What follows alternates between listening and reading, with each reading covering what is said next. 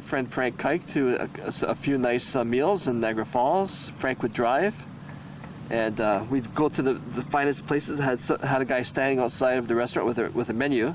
Had bags of coins. And yeah, Ron always had a bag full of coins, and he would pay in loonies and toonies because he wanted me for it anyway. Something substantial. Yeah, they loved it. Yeah, because they always needed it. Yeah. And I can remember the first time Ron and I got together after he won that lottery. We went to Niagara Falls, and Ron was telling me about purchasing his dream recreational vehicle. He purchased the Argo. Yes. Which was a craft that would operate on land or on water. That's right. And I thought that was going to be my real sweetheart. It was going to be my toy for... Well, what was my childhood toy? It was something I wanted all my life. Yeah. And was that like one of your first major purchases after you won the lottery? Yeah, that's when I had my chauffeur, my taxi driver. I paid him for 3 days to take me anywhere I wanted to go. And you went to the Argo dealer, and was it out towards Waynfleet or? No, it was out in. Out towards Fon Hill. Way past. Way past. Yeah. Before Hamilton, or after Hamilton? Like Grimsby? Bowmanville. Okay. Yeah. So it was a bit of a trip. Yeah. And Ron and it wasn't just the entry level Argo. Ron had interesting. I had extras. Bigfoot tires on it. Yeah, Bigfoot tires. And trailer hitch. Bilge pump. Trailer hitch. Bars on it, like rollover bars. Chrome bars. Chrome bars. And the whole thing came out $13,000. $13,000. Yeah. That's the price of And ramps. Car. Yeah, it had ramps that were supposed to never break. And the first time, or was it the second time you used them? No, it was the first time. The first time, they buckled. Yeah, the one did. And then the dealer said, "Well, you must have used the real car." The car, yeah. I had to use the car. He would not accept that the Argo itself caused the ramp to buckle. To let go, yeah. Yeah. He would not believe Mr. Humphrey. I was so lucky because when I took the machine down, I was terrified anyway. I didn't want to do it, but I had to get it off the back of the pickup. And I took it, I had Frank at the bottom, with nothing he could do. The thing weighs 1,000 pounds. Yeah. So it started coming down, everything was cool, and then I went down coming down the ramp, and then the one let go. And then I fell. Wow. With the machine. You could have broken your neck or gotten killed. And it landed on all its wheels, thank God. Wow, really lucky. Yeah. Yeah. So the Argo wasn't really damaged. No, it didn't hurt that. Yeah. Did they replace the ramp? They did, but I never bothered to pick them up. I told them to shove it. Okay. because of their attitude. $600 ramps. And you just told them to shove it. Yeah. Aluminum is supposed to never let go, but aluminum is so light and so flimsy. I can't see it being strong anyway to handle a machine. No, yeah. Of 1,000 pounds. Well, I could see that. Okay, so we all thought that was a great idea, Okay. The machine, I thought it was going to be a wonderful thing. I had a friend that had a garage in Niagara Lake. I thought it was going to be really good. I said to him, this would be the deal I'd set up with him. I says, you keep it maintained, you can drive it wherever you want, take it on a weekend, take it with the family, do whatever you want with it. Just maintain it for me and store it in the garage. And then I said, when I want it, I'll grab it, and when you want it, you can grab it. Just have it like that. It was perfect. Well, I thought that was good, and it was going good. So one day I came in, it was daytime, I came in with the Lincoln, and I came through the door, and I heard a lot of moaning and groaning going on, and I go, what the fuck are you going on about? And he says, shit happens. And I go, what do you mean shit happens? And he goes, well, we had the Argo out the back, and we went up this hill, me and Joe, and we were in the Argo, and it flipped over. And I said, what do you mean it flipped over? He said it went right over on top of us. And that's it. I was able with my strength to push it up so I could get it up and then back on its wheels. I said, well, what's the damage? Oh, nothing, big deal. And at that point, and I believed that bullshit, that there was no real damage, but I should have known, because I'd been going to the Argo dealer for years and years and years before I even owned one. And I went and I looked at it. The hour meter was smashed. The handlebars were bent. And with the handlebars bent, that's how you steer it. Okay. And I figured, well, okay, I can't be anything too wrong. And scratches on the body. And this is a brand new machine. It was only less than 6 months old. Oh, God. And a couple of hours on it, maybe 10 hours. Oh. And this guy's telling me, no, shit happens. And so I asked him, I says, well, you're going to fix it, eh? Oh, no. Shit happens, and that's life. And I said, oh, okay. I took that. And then all of a sudden, the other guy that was in there moaning and groaning, and he goes, well, I should sue you. Oh, that was Jocko. Right. He says, I should sue you for this, for my pain and suffering. I says, what are you talking about? I wasn't driving the vehicle. You can't sue somebody that's not driving the vehicle. If I was responsible you can't. driving the vehicle, that's different. But I can sue you because you're an owner of the vehicle. No, you can't. And I says, no, I don't think so. No, you can't. And then I says, what else happened during this ordeal? Well, we were drinking. Well, drinking and driving. Well, if I would have involved the police, you guys would have been in jail. Sure. Drinking and driving an ATV is just like drinking and driving a car. Or a boat. Right. Against the law. Everything's Right. against the law now. Right. Yeah. So you would have been fucked. So I totally shut my mouth on that. And I took all the bullshit for the machine. But what I didn't realize, this was the fun part, I did not realize the serious damage that was done to the machine. Because every time I got onto it, I couldn't steer it right. I go, what's going on? It's not steering. I mean, it's going fine, but the right's not steering right. What's going on? He says, it's fine, I handle it all right. I just, no, it's not right. I've been on Argos before, and this has got hydraulic steer, which is hydraulic oil in each of the brakes. That's how you steer it. Mm-hmm. One wheel locks up, 3 wheels lock up, and then you spin around, and the other 3 go. Okay. So you can go in any direction or go to 360, any way you want.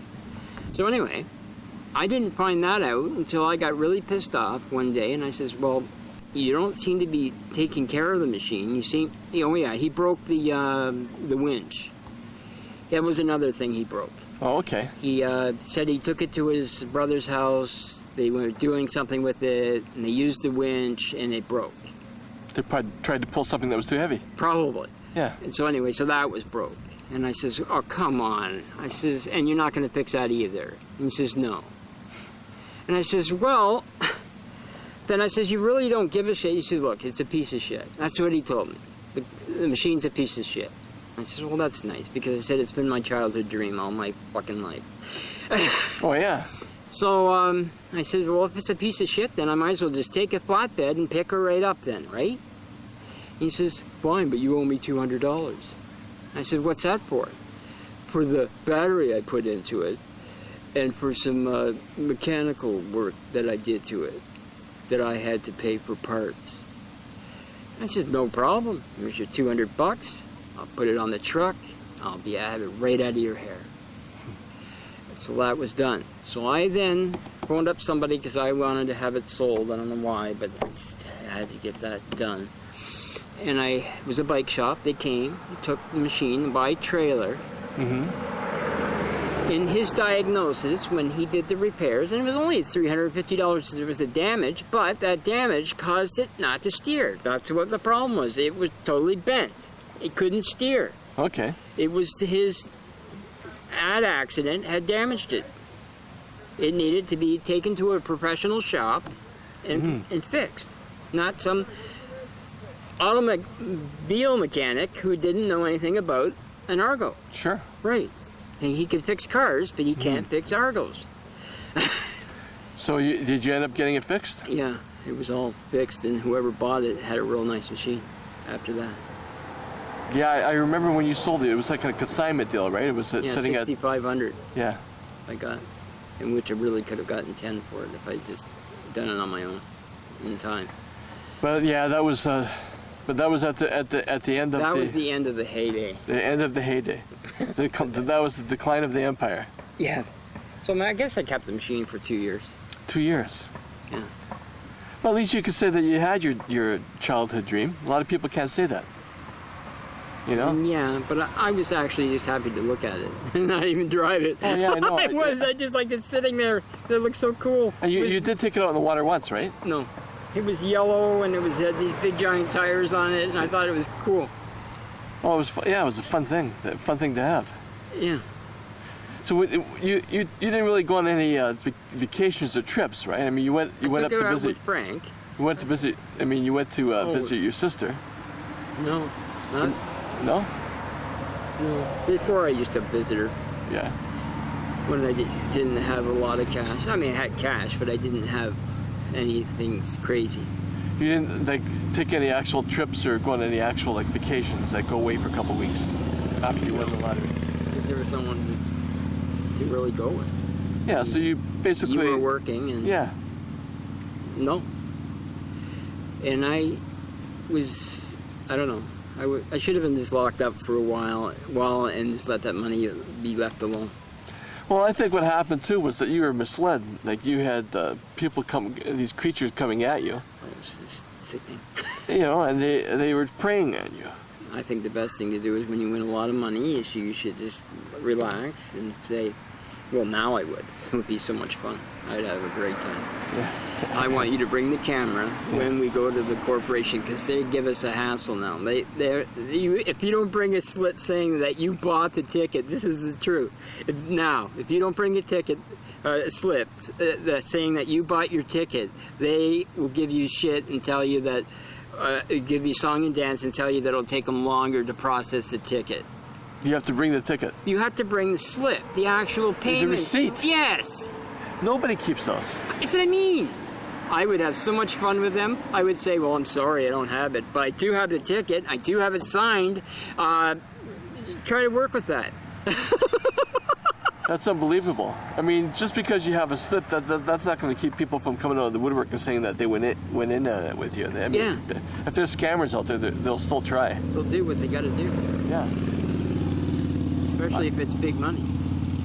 I remember the banks giving you a hard time. You had some of the money locked up, and then when you had all these people coming after you, these creatures, cheating you out of your money, and it got to the point where there was a shortfall, and then the banks wouldn't work with you.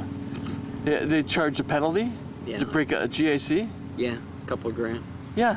So $50,000 GIC, now it's worth $48,000, and they don't even give you your interest that accrued while it was sitting in there. No. So they just completely rape you Yeah. financially. These They banks. also raped my brother because when he croaked, he put all his money in the bank. He had put everything that he had gotten there, his money, his lump sum money, which would have been $5,000, plus money that I was giving him on a daily basis, which was a couple grand a daily.